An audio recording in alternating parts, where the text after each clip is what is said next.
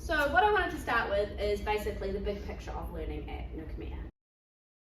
We have what's called a curriculum framework, which is based on the Niho Taniwha model, which is the little triangles are like the teeth of the Taniwha, and it's all about interconnected learning. And so that triangle is split up into three we call zones of learning, which is our core foundations, our foundations in context, and our context in action. So when we talk about core foundations, we're talking about the building blocks of literacy, numeracy, hauora, which is our well-being, that encompasses physical well-being, mental well-being, social well-being, things like that. And also Te Reo and Tikanga Māori, because we feel that that's a really important foundation for our school. And so those are things that we teach explicitly. We have a scope and sequence whereby we start here. Once they've got that, they go on to the next thing, and they go on to the next thing, and it goes on from there. Then what we talk about when we have foundations and context is that our curriculum is a concept-based curriculum, which means that every term we have concept. The whole school has the same concept. So this term it's structures. But what we ask of the children and of the community is, what would you actually like to learn about in relation to that concept? And we sort of, we put provocations out where we might use pictures, or we might use an experience, or we might talk to them about different things that might relate to that concept. And we get the kids' feedback, what is it that really interests you? And that helps us determine the context. So for example, this term, Kokapu are doing habitats, so actual structures with animals. Inanga is looking at the structure of plants, and Korimaku are looking at bridges and things like that. And so when we talk about foundations and context, we're talking about how do we deliver some of our literacy, some of our numeracy through that context. So actually reading stories about animal habitats, writing about how to build a habitat, things like that. So there is some context and some purpose to what they're learning in literacy. And we use guided exploration, which means there's a little bit of student-led but still teacher-led in there as well. And then we have what we call our context in action, which is an opportunity for the kids to do some real hands-on learning. So we're thinking about the other curriculum areas, we're thinking about science, we're thinking about technology, we're thinking about social studies, we're thinking about how compared with they're actually doing things. And with that, we're looking for a little bit more independent discovery, which is a little bit more student-led. The teachers are taking a little bit more of a hands-off approach. And the idea about this this model is that we're ensuring the kids are getting a little bit of everything.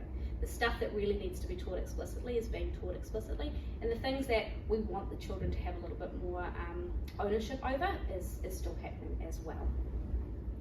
Through the context and action, the foundation and context is our inquiry process, which is this here, which is what I said at the start. We do get the students' input with what they would be interested in learning about, and then we sort of take them through this process where they're finding out things, often through that foundations and context part, whereby they are using literacy to find out a little bit more about things.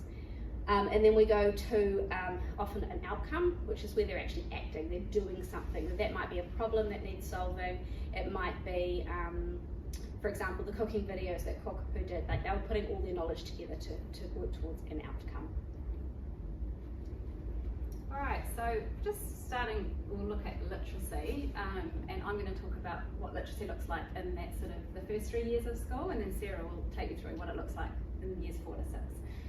So we do structured literacy at Nukumea Primary School, and you might have heard of this in the media recently. It's been sort of, it's something that the government is mandating. It's a massive change to the way we teach literacy in New Zealand. We have been doing it at Nukumea School since the day our doors opened, so this is not new to us. We are well and truly along the pathway, and actually quite proud to be along the pathway. It is evidence-based best practice of how all children learn to read. And so in this approach, so you have a student in the first year at school, and they come into school and they can't read. So what we do is we take a real structured, systematic approach to teaching children to read. It's very explicit, so we are telling them, here's your first set of sounds, and this is the letter, its name is S, and its sound is S. And so we're asking children to be able to read the first set of sounds, and when they can do that, they then can use those sounds to read words, little words. They have to sound them out and read them, and they also hearing the sounds and pulling them apart if they want to write the word. So we start off learning a set of sounds, they read the sounds, they read some words, and eventually they'll be able to read a sentence with those words in it. and only when they have comfortably got each stage would they move on to the next step. So once they are reading using the first set of sounds that they have learned, they will then learn a whole new set of sounds, and it just continues. It's like the building blocks of literacy. We move the kids on as fast as we can, but as slow as we must. So we are constantly monitoring and assessing and checking, keeping moving on kids through the stages in literacy for reading.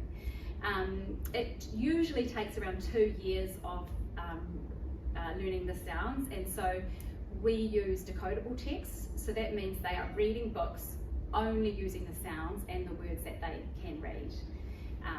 And then after a couple of years, most children are ready to move into just reading any authentic text. Some learners aren't, and they might need another year staying on the decodable books. So we call those, they're kind of like the training wheels of reading. They're just helping those children really lift the words off the page. So really, really important part.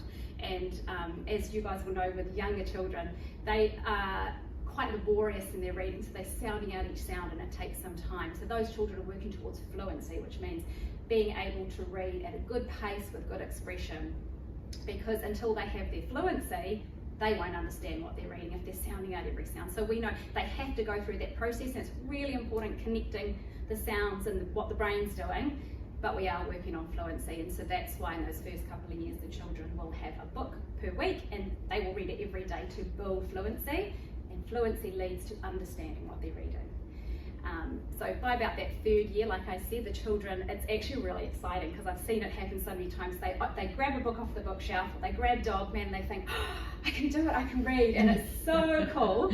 And so those children are then ready to go and make their own selections of books that they want to read, but they can also read within our context or our topics. So for example, in Kokopu we're doing animal habitats, and so we have a group of learners who are reading articles or books about different animal habitats. So it's moving on to sort of other big part of our learning to read, because it's one thing being able to get the words off the page, to be able to decode or to sound them out, but it's another thing understanding what you're reading. You might be able to sound out the word habitat, but if you've never heard that word, you would have no idea. So I kind of think of it like if I was going to read a medical journal, I could probably sound out most of those words, but if I don't know what they mean, I'm not going to understand, and so what's the point? I don't understand it. The whole outcome is I need to understand what I'm reading. So what we do is we read a lot of books to the children. We read to all of the children, so they all have access to our topic or our context. There's some really great picture books, or we read articles, we might read poems, non-fiction, fiction books. And with those ones, it's all just about listening and talking. So we might pull out some really topic-based words, vocabulary words, like we've been doing design and structure and architect, really big adult words, and the kids just love it. And we teach these words explicitly. We talk to them about what it means, we use examples, and we actually hear our children in the everyday classroom using these really big words, because one day they will be able to sound out the word environment, and then they will know what it means. So that's really important. And we also teach things like, well, what does a sentence need? You know, it needs a who, it needs a doing what, it needs finger spaces, different punctuation for different types of sentences. So we do this all as a whole class, so they all have access to this. So the children who are still reading off decodable books, doing their training wheels, they're not missing out on any of this rich knowledge about our topics. So sort of moving on to the writing side, in the first 2 years, our reading and writing is really aligned. So if a student is learning a set of sounds, so they're learning s, a, m, p, f, they're learning how to write those sounds and how to form the letters correctly. When they can do that, they will then be able to write words with those sounds. When they can do that, and they've also learnt about what makes a sentence, they can write a sentence.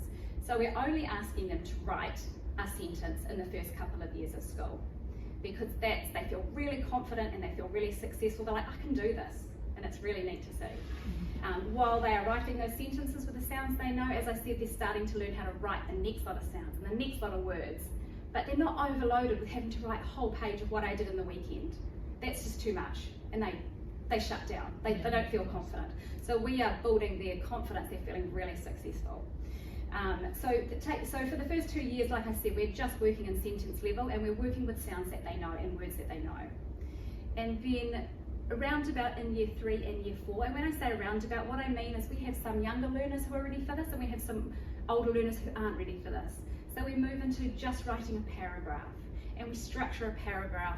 They learn how to structure a paragraph, and they do it really, really well. So they learn about, this is the topic sentence, these are the supporting details, this is the concluding sentence.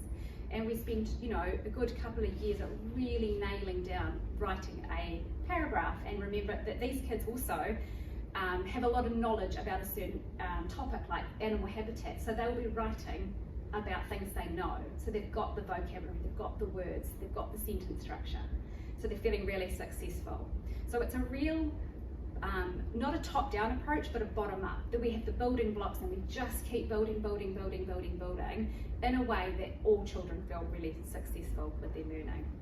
The majority of our learners, once they get to year 4, they should be able to decode. Now, we're always going to have a percentage of children who are unable to access completely the curriculum through decoding on their own because of other learning difficulties and things like that. But if we're thinking about the majority of the class is able to decode, that is where that language comprehension side of things, or that topic-based reading, becomes the main focus of the reading in the classroom. So still, teachers would be reading to the students, but the students might also be reading along with their own text, and it will often be within the context of that termly concept learning. And so, same thing that they're going to be focusing on, they're building vocabulary, they're building their fluency, because we know that fluency leads to reading comprehension. You need to read around about 80 to 90 words a minute to actually have good comprehension of what you're reading, to be able to take in the words and what they actually mean. So we're building fluency still, so they're still practicing that fluency. They're still learning about the structures and features of text, so and especially looking at different types of text, like what does a narrative text have over a non-fiction text and things like that. And because, again, just because a student can't decode a text doesn't mean we want to restrict them from actually learning knowledge through literacy. So that's why often the teachers will take the whole class or a large group, whereby they're all reading the same text, some will have their own, some will just be following along, and they'll be focusing on those sorts of things. And then often what the teachers will do is they will take the students who still need to work on their decoding and work through that with decodable text often. They'll have a big focus with writing on spelling, so we use a program called The Code, which is quite systematic in terms of the spelling patterns they need to learn at each year level. And as Kate said, with the younger students working at sentence level, we then move into paragraph level around year 3-4, and then we move into what we call whole text level, whereas we're asking them to start putting multiple paragraphs together to write a whole text. And that's something we would like them to get to by the end of year 6 when they're leaving here. But again, what we try to do is really meet the students where they are. So we have a phase-based approach, which is what's coming in with the new curriculum. So phase 1 is our year 0 to 3 learners, and phase 2 is our year 4 to 6 learners. But not every kid's going to fit into a year level box. So often we'll have kids who are working, still working in phase 1 in year 4, 5 or 6. And the teachers know that then they need to keep going back to those building blocks of maybe need to just work at sentence level before we go to paragraph level, before we go to whole text level. And again, more opportunity probably at 4 to 6 where they're writing within that context, so actually writing for a purpose, but there's still that ability to be able to just work at a core foundation. Actually, we're just going to learn about compound sentences today. We're going to do it quite out of context because it's just about the actual structure of a sentence. So, right. Maths. So, I'll sort of again talk you through what we do in our years 0 to 3. So in maths, we do have quite a big proportion of our time working on our core foundations, and that's the bottom of that triangle that Sarah showed you at the first slide, and that is teaching children all about numbers, so their number knowledge, which is reading numbers, writing numbers, ordering numbers, counting forwards, counting backwards. It also has a lot of basic facts, so understanding our doubles and our numbers that make 10 and teen numbers, a lot of place value knowledge. So it's a lot of number knowledge. We also have some time doing some problem solving. So that's where we would use our number knowledge to solve problems. So we find that if the children have a really solid foundation of number knowledge and basic facts, then they can start to manipulate those numbers in their head to solve number problems. So we make sure we have time for that as well. And we also do a lot of review, daily review. So what that means is that we aren't forgetting about things we've previously learned, because they have found, you know, you might do addition and subtraction, and some teachers might not go back for it until the end of the year. So we are continuously going over everything they've learned, keeping all this knowledge fresh in their head, and that's going to help it move from short-term memory to the long-term memory. And once it's there, we want it to stick there. So we do a lot of review, and just going over and over.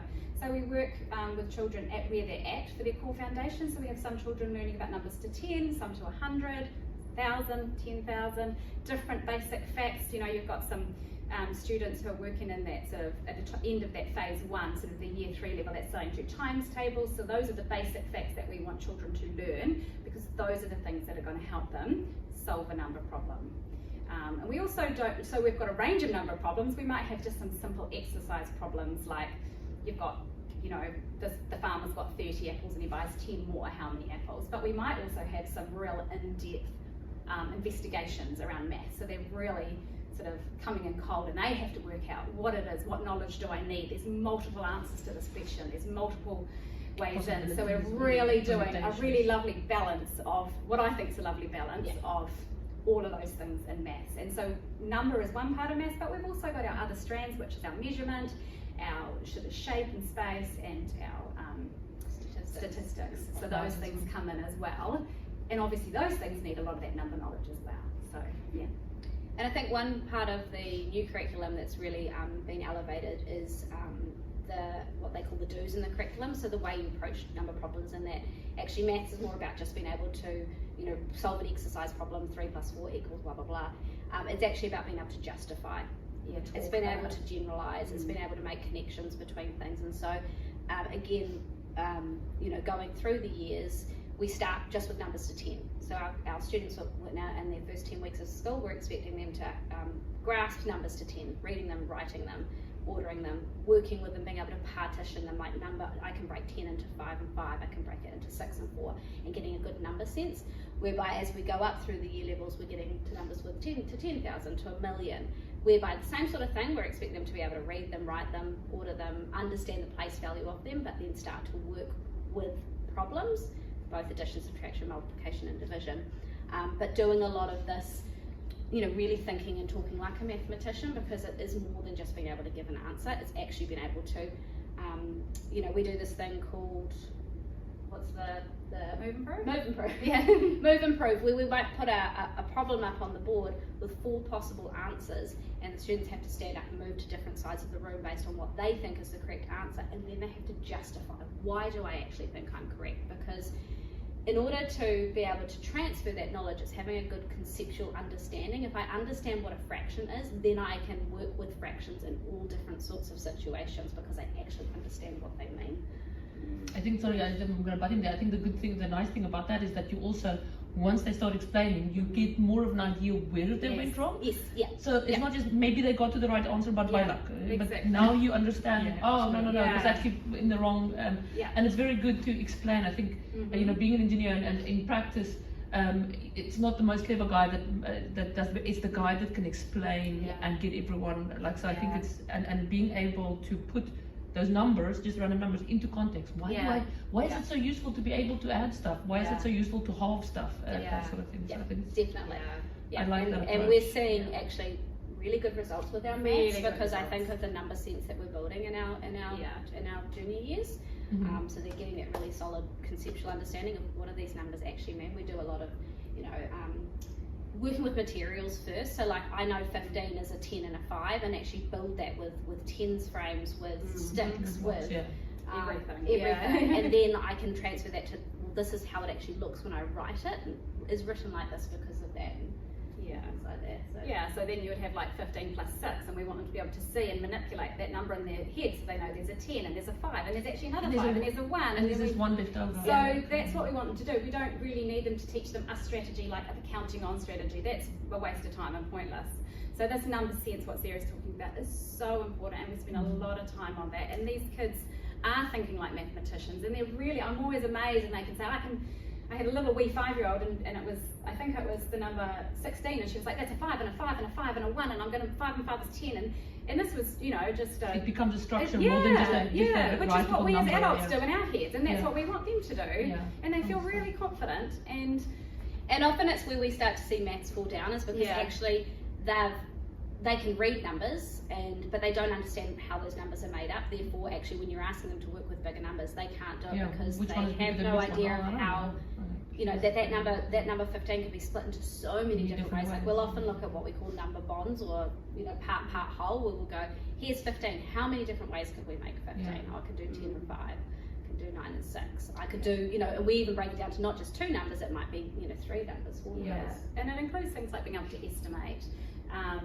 You know, we might have a thing that says the answer is 20, what is the question? And so you start to see they can all access that, you know, which one doesn't belong. And often there's and they have to justify, so it's 4 different shapes.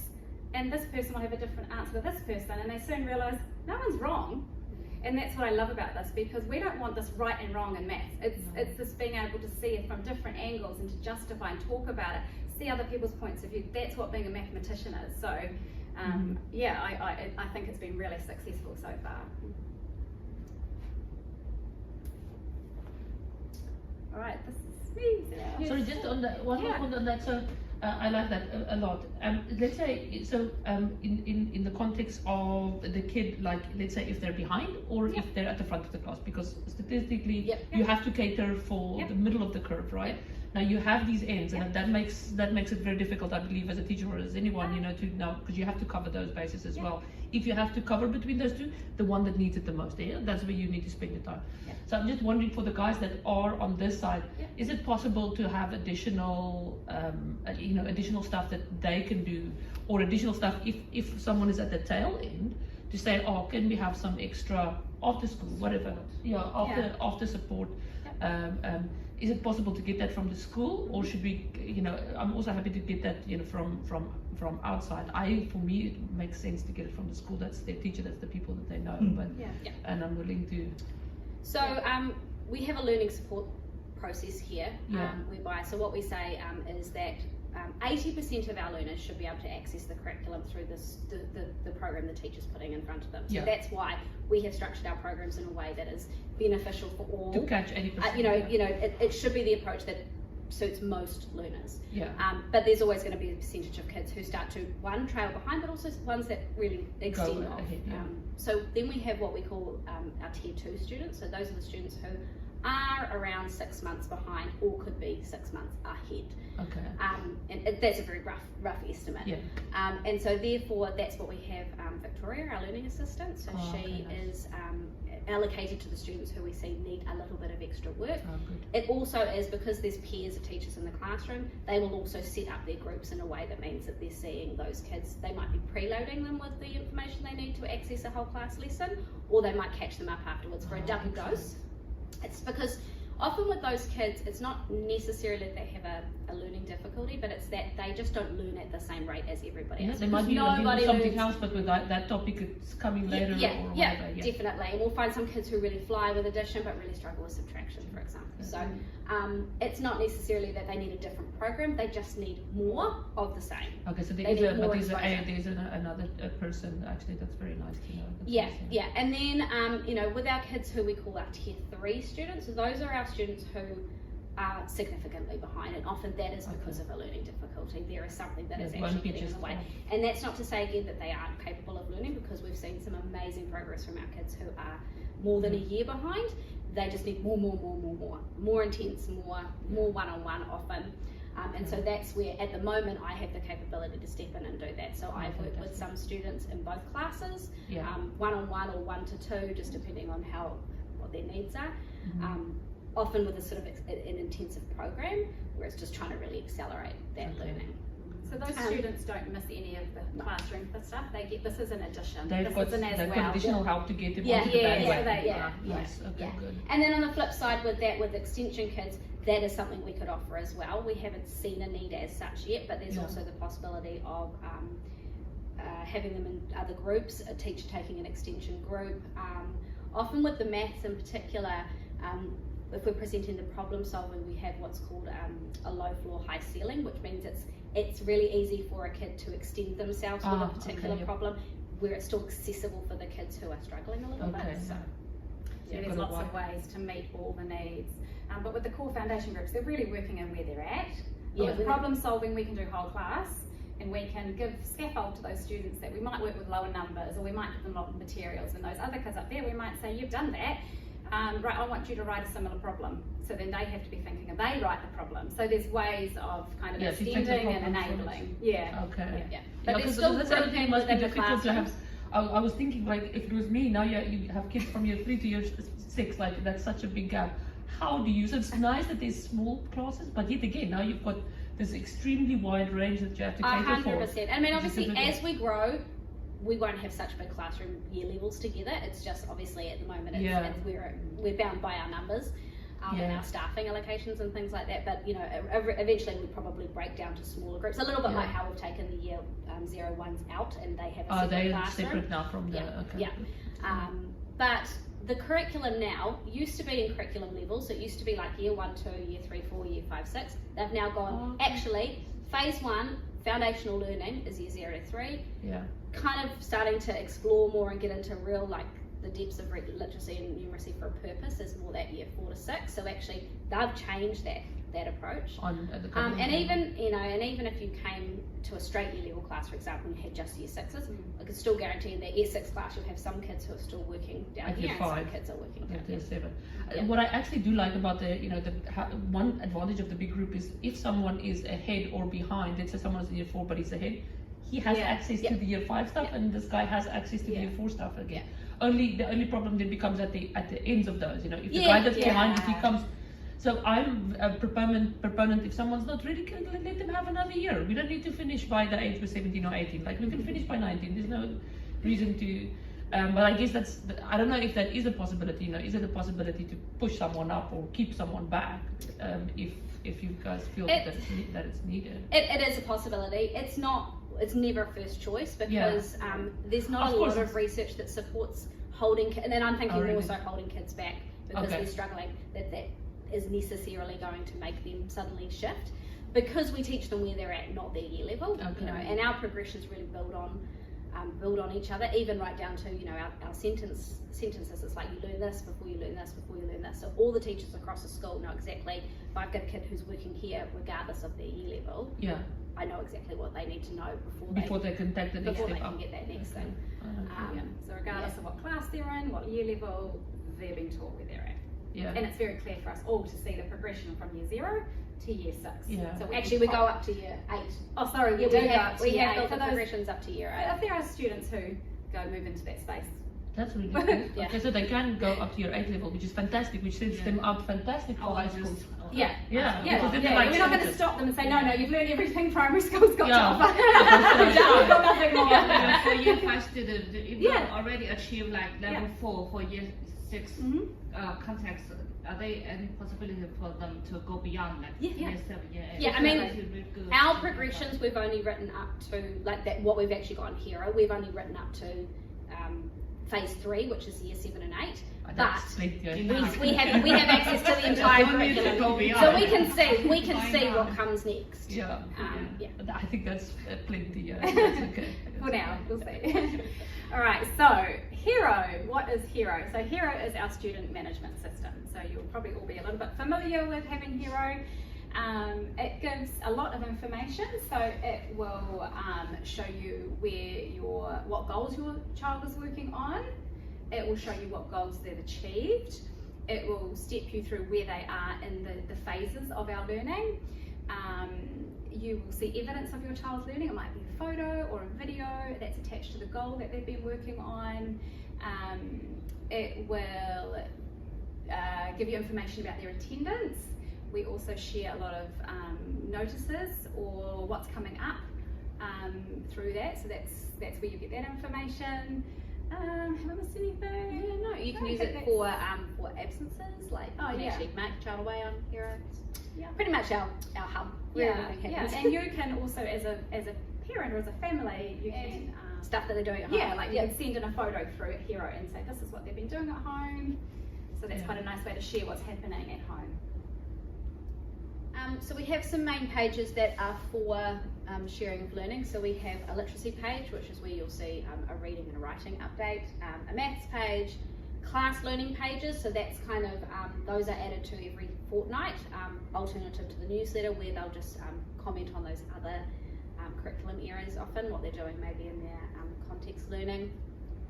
Each class has its own page.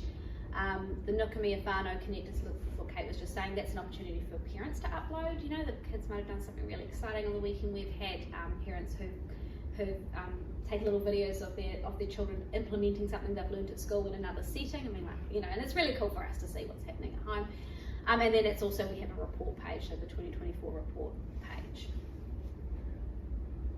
The idea obviously with Hero is that you should be able to see the goal and see exactly what they're working on, and therefore it's something you could practice at home. And what we do want to do, which is taking time, it's a bit of a work in progress, is actually setting up examples, or what does this actually look like and how could you practice this? So, but we have to populate all of those, and so it's a little bit of a time taker upper. But I mean, in the junior school, they do get their decodable reader. They do get a little home learning book that says, you know, these are the sounds we're learning, these are the words, the heart words, and at the back there's some maths where they're working, some ideas. Okay. Yeah, but not so much for the senior school. But they have their weekly spelling or their code focus, which hopefully tells me nothing, so I have no idea what is happening. And it should say again, I mean, there is a lot of goals on Hero, and so the teachers don't always highlight every single one, but again, they can say like what they're working on a certain times table, or they're working on a set of basic facts, or they're learning to add 2-digit numbers. So that hopefully would translate home to say that's something you could be working on. Right.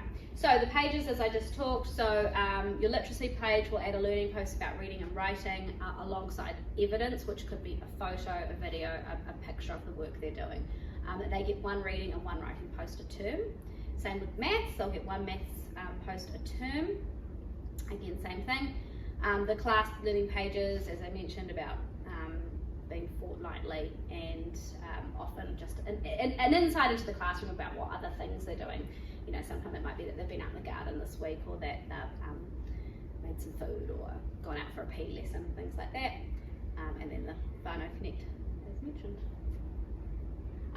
One of the things that is really nice for the teachers, because you know, they take the time to write the posts and take the photos and things like that, is that there is an opportunity for you to leave a comment or to just like it, and I know that they do really appreciate knowing that it's being received at home. The other thing is that that's a really nice opportunity to actually talk with your child about what they're doing, so you can be like, oh hey, I noticed your teacher posted this picture of you reading and talking about fluency, tell me a little bit about that, because we realise that often the teachers do the posts, don't necessarily let the kids know that they've been done. Something we want for the year 4 to 6 is that they start driving those posts and start going to their teachers, I feel like I've achieved this goal, therefore can you take a photo of me, or can I upload this work and write a little message. And just as a teacher, I'm thinking, I've got to make sure that I show as well, in case at home the child doesn't get to see. Because often they'll send them out during class time, that see, and then I'm like, oh, the kids are missing out on seeing this, that we're sharing the learning, you know. So our learning areas are broken up into different goal areas. So our reading is phonemic awareness, which is just for our year 1s, first 10 weeks. Did we move into the first 10 weeks? No. First 10 weeks, year 1. Phonics, fluency, structures and features. The phonics ones also they get smaller as they go along. So these ones are like structures and features, for example, is a little bit smaller in the junior area because there's a much bigger focus on decoding. But as you get through the school, you'll notice that there's a lot more goals in that, and the phonics goals sort of shrink down because they don't need to learn how to read anymore. They learn how to decode. They've sort of got it. We still want them to work on their fluency because we want that oral reading rate, that word per minute rate to continue to build, because the more you have, the more likely you can comprehend. The writing, we've got transcription goals, which is our handwriting. Again, as a goal, they're a focus in year 1. Sort of year 1, 2. That's not to say they don't do handwriting in senior school, they do, we just don't have it as a goal. And spelling, and then the text generation, as we said, we go from sentence level to paragraph level to whole text level. In phase 1, you'll see no whole text level goals because they're primarily working on sentence level. Then you'll start to see some paragraph 1 come in, whereas as you get through the 4 to 6, they still have sentence level goals because there's still some more complicated sentence structures we're having them learn, but it's a smaller proportion. Then the number in algebra, we have whole number, we have rational number, which is our fractions, decimals, percentages, and algebra. And our basic facts goals actually sit under algebra. Now that was a change in the curriculum because they really want basic facts to be seen as patterns. So I know that 4 plus 5 is 9, therefore I know 40 plus 50 is 90. And so that sort of idea that it's actually patterning and seeing how things build upon each other. So to reporting now, we report twice a year. So we report mid-year at the end of term 2 and end of year, which is at the end of term 4. And so the report page on Hero will be populated at that time. So before we populate that report page, the teachers do a range of assessments to make sure they know exactly where all the children are at, what goals they've achieved, and how they are sitting in our phases of learning. So we might do some formalised assessments, and we might do some observations and sort of monitoring and checking in, and we notice in the group that this student can now do this goal, so we can tick that goal off. And as the children get older, they're more aware of their goals as well, and they might come to us and say, hey, I know that level of heartwards, or I know how to count backwards from 100, so we can work together and tick some goals off that way as well. So we report against, at this stage we report against reading, writing and number and algebra. We also have a new comment this year, and that is called the curriculum highlight comment. And so that's a space for teachers to be able to comment on students' strengths. So, and it could be in a different curriculum area, because as you can see, our goal, we don't have goals as of yet for things like science and social studies and PE. So that's an area where you can say this student's got a real strength in this area. So it's nice for parents to see that.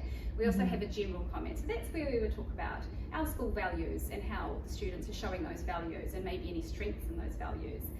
It might be about their hold or their well-being, about their relationships, about their attitude and effort towards learning. So that's where that will go. This year we aren't doing a comment about literacy or maths because that is already in Hero as the learning post. In the learning post. So we felt that we didn't need to repeat that. Yeah, and I'll talk about the graph in a minute, but this is the one thing you'll see added to the report page that isn't there at the moment. Yeah. Okay. So just explaining the goals, so this is sort of what you'll see when you go into Hero. So you'll see the subject. You can look at all the goals. So, you know, all the goals for phase 2, step 3. You can click on that, you'll see them all. If they're green, it means the students achieved it. If it's buff, sort of a beigey colour, it means it's one they're working on. If it's not highlighted at all, it's just one that they haven't worked on yet.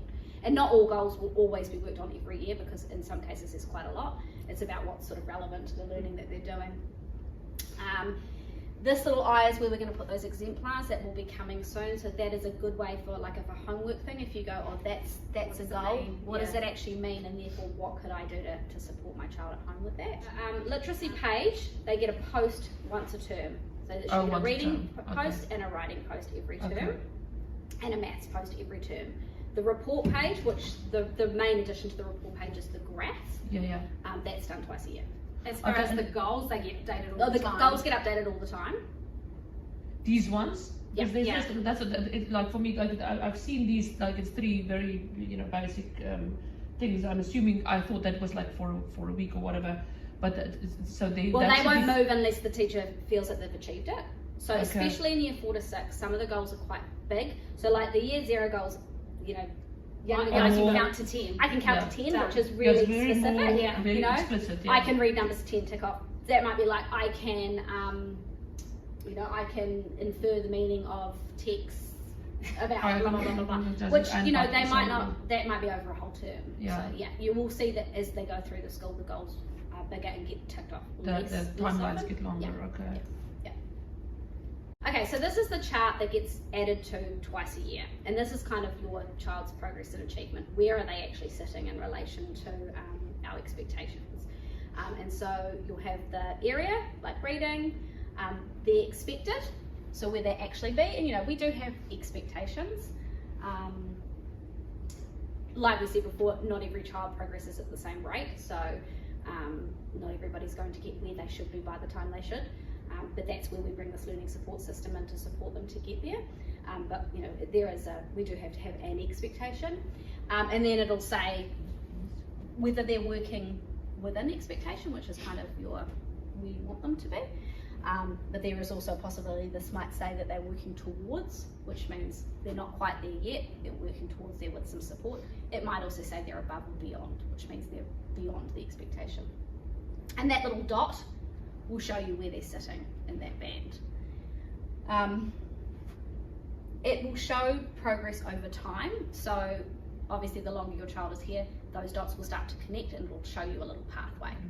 And so obviously what you want to see is a progress. You know, even if they're here, you know, if they're sitting in here and it's they're not quite where they should be, what we want to see is that line is moving up. And so there will be a graph like that for math, literacy. Yep, for reading, writing, for number and algebra. Yeah. Okay. Yeah. Because we're a new school, most kids are coming in at different year levels. That graph is only going to update as long as they've sort of from their starting point to their end point. So obviously we did this for the first time last year. Graph, yeah. Every child only had one dot, so it was hard to see where they came from. Obviously now we've had some kids for a little bit longer. We're going to start to see a nice little pattern, which is nice. Yeah. And in terms of that line, of course now we can be comparing ourselves to ourselves and be like, yeah, we're doing great, but we're not, because compared to how is that line compared to how are we benchmarking against, you know, the curriculum or the whole of New Zealand and against other schools, and to see sort of where we are. So as a school, how we're marking against? We spoke to you about the phases, and these are from the curriculum. So phase 1 would sort of cover those first 3 years of school, phase 2 the next 3 years, and then you're going into intermediate for phase 3 and beyond. So that is obviously a very wide band. So within that phase we have steps. So in phase 1, which is over 3 years, we'd have phase 1 step 1, which equates to a year at school. Phase 1 step 2, a second year at school. Phase 1 step 3, a third year. And then in phase 2 we go back to step 1, which is about your 4th year, step 2 and step 3. So that's broken it down to a year worth of learning. Now just within that step we also have, are they beginning in that step? Are they developing in that step, or are they proficient in that step? So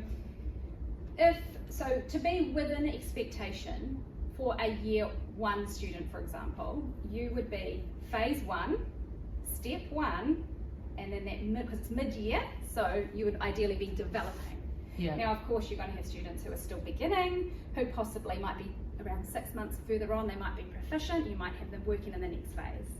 Or back. So that gives an expectation against our New Zealand curriculum. Where is this expectation? Where do we want the students to be at this point in their schooling? Yeah, so our school expectation is the curriculum expectation, the New Zealand curriculum expectation. What I do as part of my role is that once all the data is in, all those dots are in, I then collate that data for the board of trustees and say, here is how we're actually doing as a school in reading and writing and maths. This is where all our students are.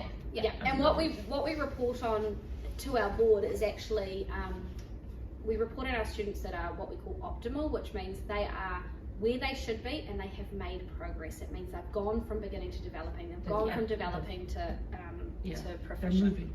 They're actually making progress. Because what we ideally want is we want progress. Movement. We want a kid to make a year's progress in a year. For a year's worth of teaching, you make a year's progress. Doesn't matter if he's here or here, you want it doesn't matter where they are. If he's here and he stays here, that's not good. Because exactly.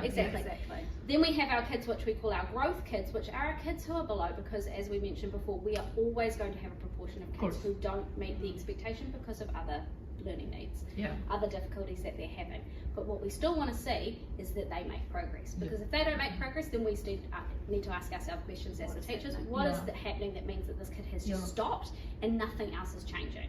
Because we know with all the approaches that we're using that even our students who are not where they should be, they are actually still learning something. They are making progress. It's just slower. It's a slower increment. So that's something that we really look into, as well as much as our kids who are at or above, who aren't moving.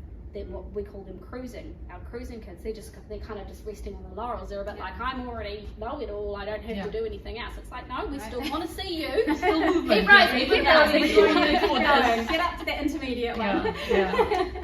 Yeah, that's why I like that they can even go up into intermediate for some stuff if they want to.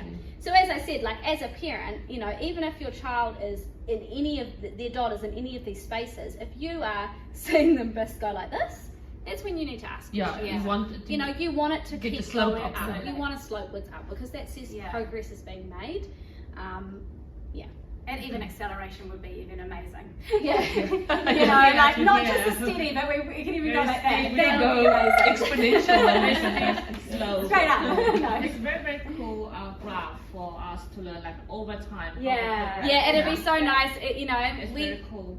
We're I'll go back to collating the data at the moment. It's such a small pool. We've only got, but it's our 5-year-olds that came in last year who are going to do their full journey with Nukumea. It's really nice to see them and how, that what we've put in place as a curriculum is I think there's a problem of, being new is like you have very little data to compare yourself. Like you can either be overestimating or underestimating. So it is very difficult. But as long as we have some way of saying, what are we testing ourselves against? Is there a very hard standard on to make sure that, because otherwise if we just tell ourselves, we're doing great, let's we're against an expectation. The other thing is that we have a lot of different assessments available for the teachers to use to make their judgments, and there is a couple that we use that are standardised so that they have a stay line or an actual, this is that we think of a bell curve, this is where the majority of students would be in reading, and so those are things that we can also mark ourselves against. But all of the new, back in the day we were you would do tests, right? And this is how a very easy way to say, okay, this is where people are or whatever. So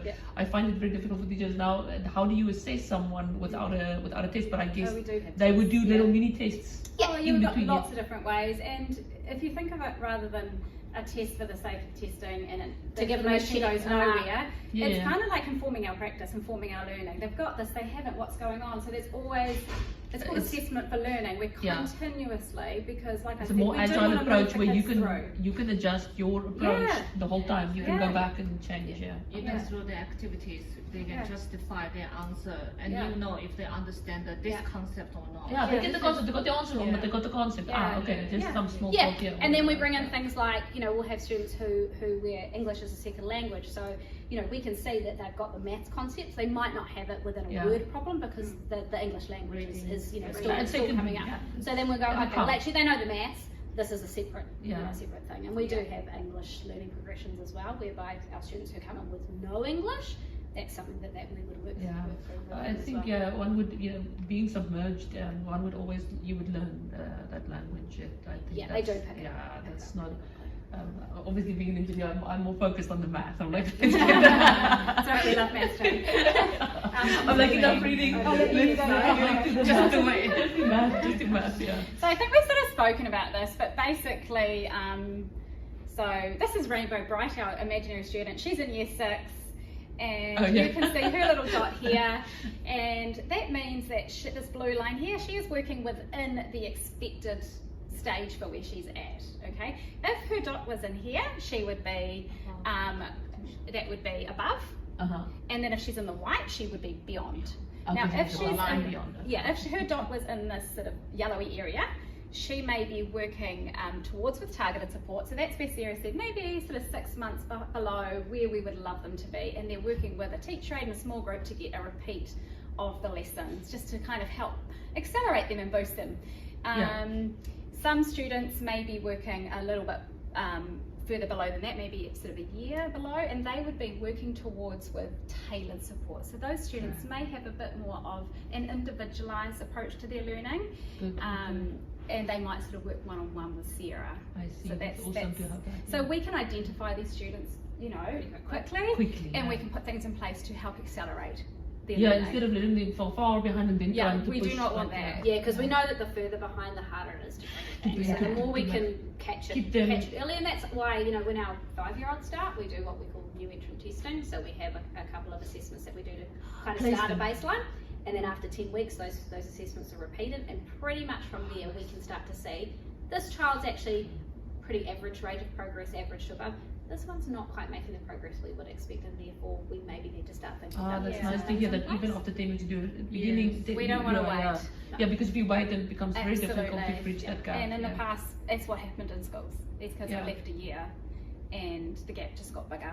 And the other thing that's really important to us is that these students who do need acceleration, they don't miss everything else as well. So they can still access all that knowledge that we're learning about within a context, but they might need just a bit of support in one area. On the side, so on the side. On Yeah, top because of- often what you would do is you'd have your students grouped by ability for reading, and therefore your kids who could read were getting all the nice context-based, knowledge-rich information, and the others are just getting your letter sounds and they're not getting that. So we're trying to do both. So they're getting the support they need with the skill that they need, but they're still They're accessing. also accessing. Because there's nothing to There's say that they pull-up can't on the listen, side. words and can't listen, they can't watch, they can't, That's fantastic. understand and Discuss. comprehend and discuss and all those really important things. Yeah. Yeah. Okay. But Otherwise oral- that gap will get bigger and we don't want that. Yeah. Yeah. Okay. Alright. That's very good. Actually. So cool way. Yeah, that's very cool. That gives me a bit of a